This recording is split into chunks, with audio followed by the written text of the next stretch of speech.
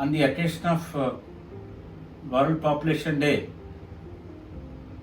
we should think about the significance of observing World Population Day, and then what kind of action is required to address the issues related to population in our country, in rest of the countries, and within our country in specific states of the country.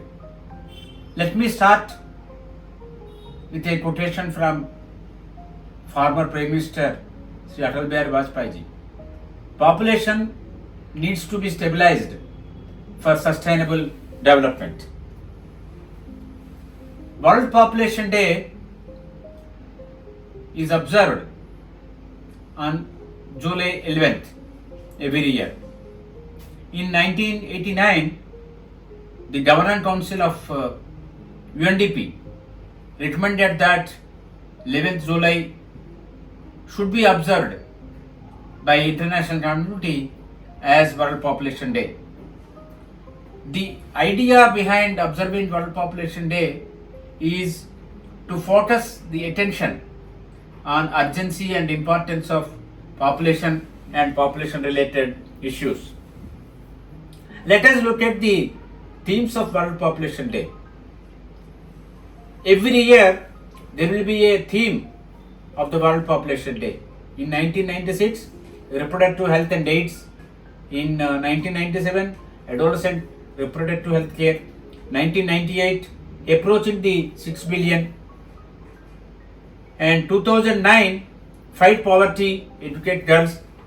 Like that, we had several themes for each of the population days that were observed. In 2022, a world of 8 billion towards a resilient future for all, harnessing opportunities and ensuring rights and choices for all was the theme. In 2023, empowering youth to build the families they want was the theme. In 2024, to leave none behind, count everyone was the theme. Now, the current year 2025, the theme of the Population Day is empowering young people to create the families they want in a fair and hopeful world. Let us look at the importance of this theme. The youth would shape the future of a society, of a country, and of the world as a whole. The youth also expect a future for each one of them, which is just, which is inclusive, and also sustainable. That's why the theme, empowering young people to create the families they want in a fair and hopeful world, reaffirms the commitment of the 1994 International Conference on Population and Development. Every person has the right to make informed choice about their lives and their future. Youth today face economic uncertainty, gender inequality, health challenges, climate crisis, conflict, and many other challenges. They are asking for systems that uphold their rights and support their choices. That's why there is a need to invest in policies that ensure education, healthcare, decent work, and full protection of their reproductive rights. We should also stand with the young people so that they build a future where every person can shape their destiny in a world that is fair, peaceful, and full of hope.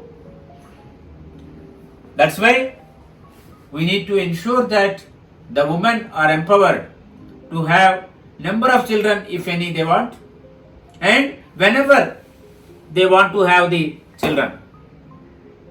Having said that, let us look at the barriers to have children.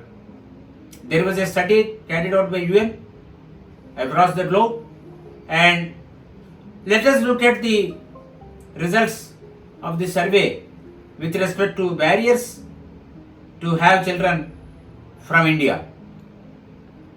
When the people were asked a question, in your personal situation, what factors had led you to have fewer children than you initially desired, or in your personal situation, what factors are likely to lead you to have fewer children than you initially desired. So this is published in the UNFPA's State of World Population 2025.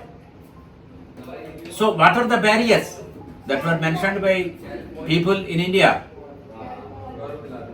Infertility related issues were mentioned by 13%. Barriers to pregnancy related medical care mentioned by 14%. Poor general health and chronic illness was mentioned by 15%. Very high percentage, that is 38% of the people mentioned about financial limitations. So the issues relating to financial situation were reported as a barrier to have children as per their desire. The next important factor that got mentioned relates to housing. It could be lack of space, or it could be higher price to buy a house, or higher rent towards housing, mentioned by 22%, while 18% mentioned about lack of sufficient or quality childcare options. So in spite of several efforts, still childcare related services are a constraint. And 21% responded that unemployment and job insecurity is a constraint to have children. So we need to address these constraints.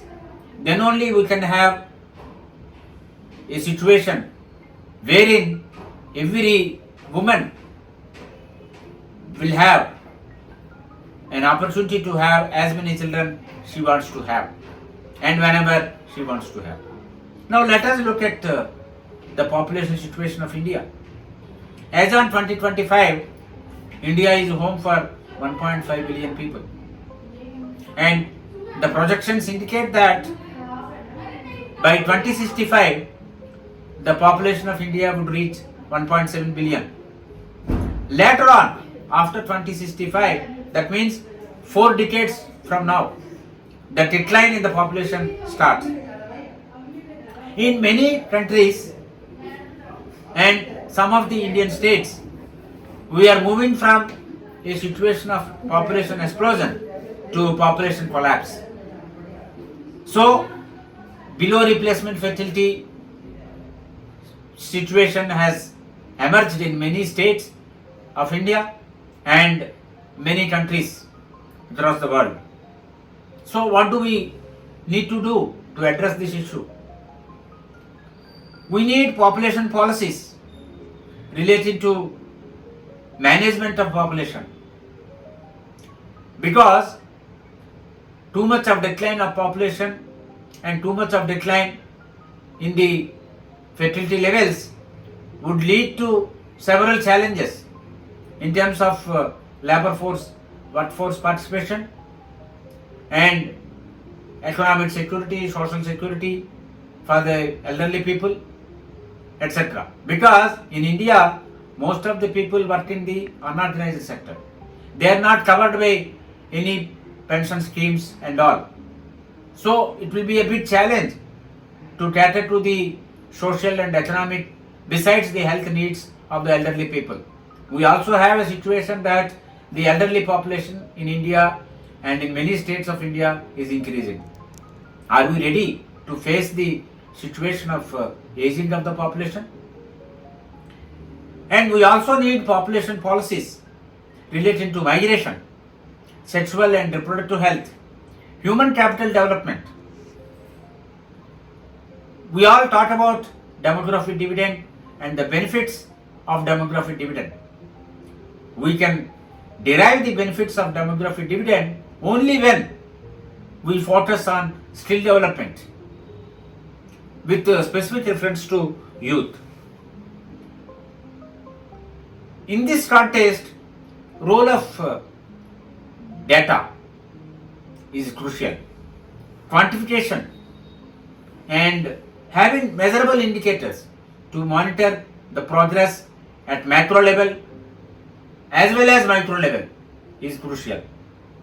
The success of the monitoring exercise depends to large extent on availability of data and the capability to measure and report the progress. In this context, reliable information about size, growth, distribution and characteristics of the population is crucial, because this information will guide you in developing the policies and also assess the progress you are making.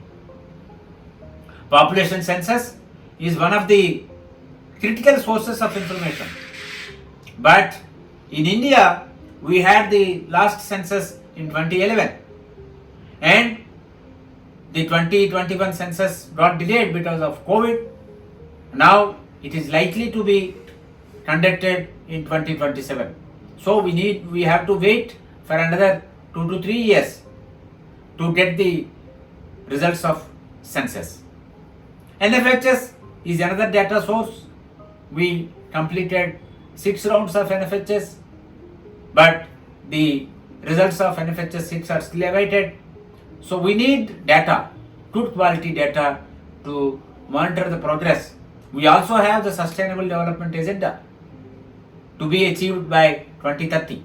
We have Sustainable Development Goals.